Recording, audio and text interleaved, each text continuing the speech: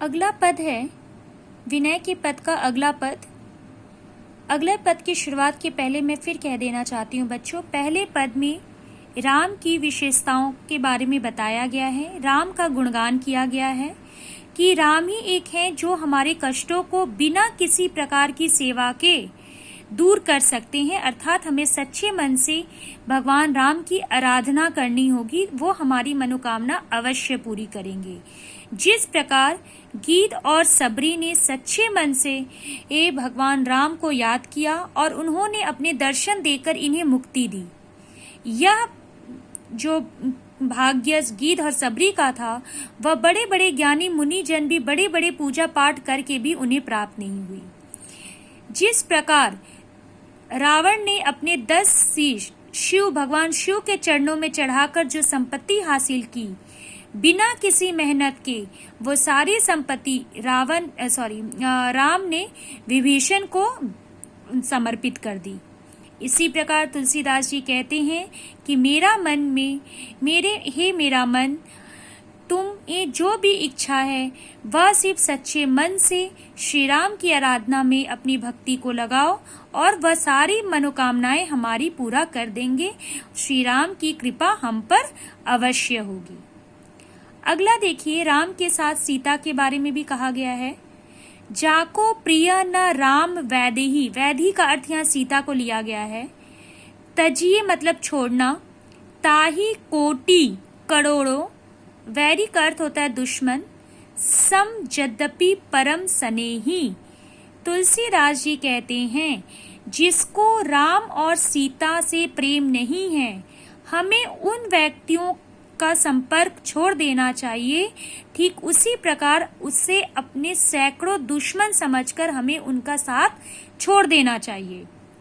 ध्यान दीजिए, जिसके हृदय में राम सीता के प्रति प्रेम नहीं है उसे करोड़ों दुश्मन के समान जानकर छोड़ देना चाहिए, चाहे वो परम मित्र ही क्यों नहीं हो। यद्यपि परम स्नेही, चाहे वो आपके घनिष्ठ मित्र ही क्यों ना हो। अगर आपके घनिष्ठ मित्र होंगे और उन्हें राम प्रिय नहीं है तो हमें उनकी मित्रता त्याग देनी चाहिए, क्योंकि ऐसे साथी हमारे भजन में ये बाधा का कार्य करते हैं। जिस प्रकार देखिए किसने किसने क्या क्या त्यागा।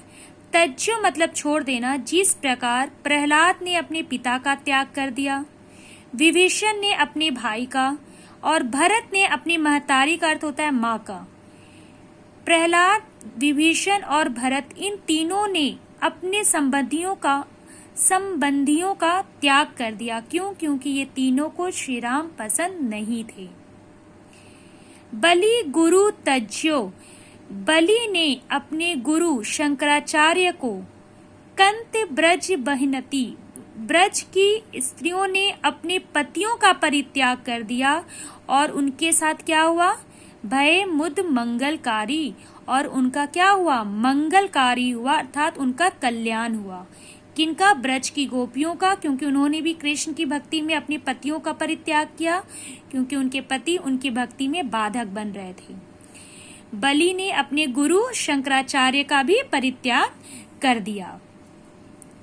नाते नेह राम के मनियत, यहाँ पे बच्चों देखिए, यहाँ पे आपको उदाहरण दिया गया है, यहाँ से प्रश्न पूछे जाते हैं कि प्रहलाद ने पिता, विभीषण ने भाई, भरत ने माँ, बलि ने अपने गुरु शंकराचार्य और ब्रज की गोपियों ने अपने पतियों का परित्याग किया, फिर भी राम ने इन सब का कल्याण किया। नाते ने मतलब रिश्तेदार को कहा गया है। राम की मनियत सुहुत सुसेव्य जहाँ लो, अंजन कहाँ आँख जेहि फूटे, बहु तक कहो कहाँ लो। यहाँ पे कवि तुलसीदास जी कहते हैं कि जो व्यक्ति श्री राम के भक्त नहीं है, नाते ने राम के मनियत सुहुत सुसेव्य जहाँ लो, उनकी शिक्षाओं का अनुसरण नहीं करते, वे हमें प्रेम नहीं करना चाहिए बल्कि उन्हें छोड़ देना चाहिए। ठीक है, जो नाते रिश्तेदार श्री राम को प्रेम नहीं करते, हमारी भक्ति में बाधा बनते हैं, हमें उन्हें छोड़ देना चाहिए। क्यों? ध्यान दीजिए, उसका उदाहरण के लिए कवि ने क्या कहा है। अंजन कहाँ आंख जेही फूटे। अंजन का अर्थ होता है काजल। हम काजल का प्रयोग आंख में क्यों करते हैं? आंख की सुंदरता बढ़ाने के लिए। लेकिन अगर ऐसे काजल को हम आंख में लगाएं जिसे लगाने से हमारी आंखें फूट जाएं, अर्थात आंखों की रोशनी खत्म हो जाए, तो हमें ऐसे काजल लगाने का कोई मतलब नहीं है। ठीक उसी प्रकार हमें ऐसे रिश्तेदारों से संबंध नहीं रखना चाहिए जो हमारे लिए बाधक साबित हो, हमारी भक्ति में बाधक साबित हो। हमें उन्हें भी त्याग देना चाहिए, जिस प्रकार हमें खराब काजल को त्याग देना चाहिए। तुलसी सो सब भांति परम हित, पूज्य प्राण ते प्यारो, जासो होए स्नेह राम पद, एतो मतो हमारो। तुलसीदास जी कहते हैं कि मेरा मानना यह है कि जो हमें राम की भक्ति और उनके चरणों से प्रेम कराए, वही हमारे लिए पूज्य और प्राण प्रिय है।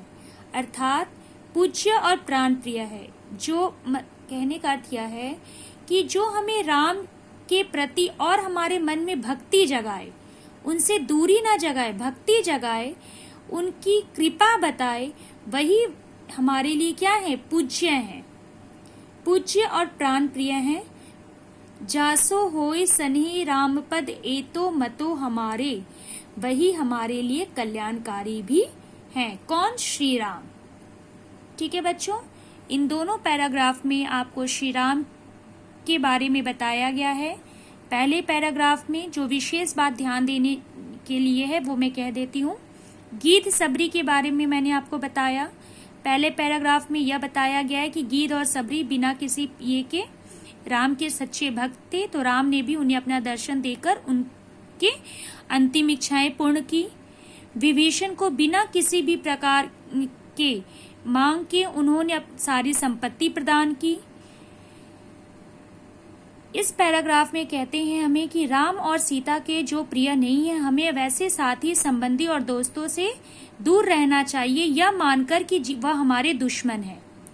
जिस प्रकार प्रहलाद ने अपने पिता का, विभीषण ने भाई का, भरत ने माँ का, बलि ने अपने गुरु शंकराचार्य का और ब्रज की गोपियों ने अपने पति का कल्याण किया, परित्याग किया, फिर भी उन सबका क्या हुआ? मंगलकारी, मंगल हुआ। उसी प्रकार हमें ऐसे नाते रिश्तेदारों को अभी त्याग कर देना चाहिए, अर्थात उनसे रिश्ता खत्म कर देना चाहिए जो राम की भक्ति में बाधक बनते हैं। ठीक उसी प्रकार उस काजल को लगाने से कोई फायदा नहीं जो हमारी आंखों की रोशनी को खत्म कर दे। ठीक है, इसी प्रकार तुलसीदास कहते हैं कि हमारे लिए हमारे हितकर वही हैं जो हमें राम के गुणों के बारे में बताए, जो हमें राम से प्रेम कराए, वही हमारे लिए पूज्य और प्राण प्रिय हैं और वही हमारे लिए कल्याणकारी भी हैं। अगली कक्षा में हम इससे लिखित कार्य करेंगे। धन्यवाद।